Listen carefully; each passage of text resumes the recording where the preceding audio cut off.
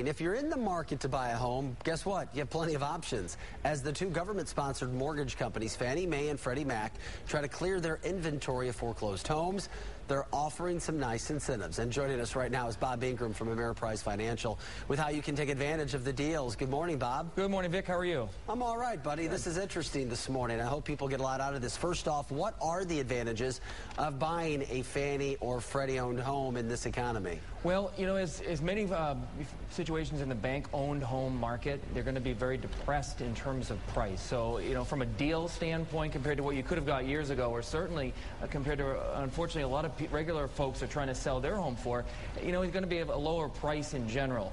But in addition to that, specifically for the Fannie Mae and Freddie Mac owned homes, is that they're actually providing some incentives directly in through the lenders that are approved to work with them. And the first is for low down payments. So you can actually get a down payment for as little as 3% that's approved. And the nice part about that, Vic, is you don't have to pay PMI necessarily through ones owned by Fannie and Freddie. So that's a big consideration there. The other thing is there's also going to be some programs to actually build in to the mortgage amounts of money to do some refurbishment, to do some renovations or repairs that may be needed in some of these homes. As you can imagine, a lot of the bank-owned homes sometimes have to have a little bit of cleanup work and so forth. And then also money toward your closing costs is another advantage. Now, these are all by property. So literally when you go in and you search for some of these homes or work with the realtors on these particular homes, some of those incentives will apply to some of the homes, but not to others. So it really just depends on the property by property basis.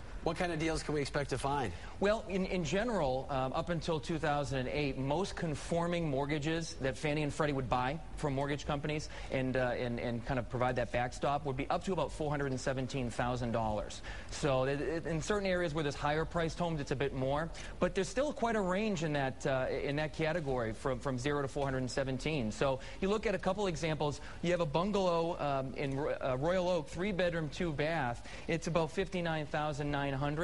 On the other extreme, you have a 4-bedroom colonial in West Bloomfield for $214,000. So you can kind of see there's not only a different range, but the conditions and size as well. So, you know, the other thing to look at when you're going to use these different programs, again, you have to consider how much you're going to be spending into the house.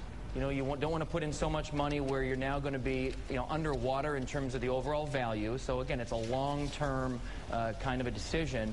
And the same thing goes with down payment. You want to make sure that the mortgage payment that you have isn't going to be too excessive if you don't have quite a high down payment. So, you know, work with your lenders, work with certainly the resources from Fannie and Freddie to help kind of figure out what makes the most sense for you. All right, Bob, real quick, are the banks lending? Have things loosened up a little bit?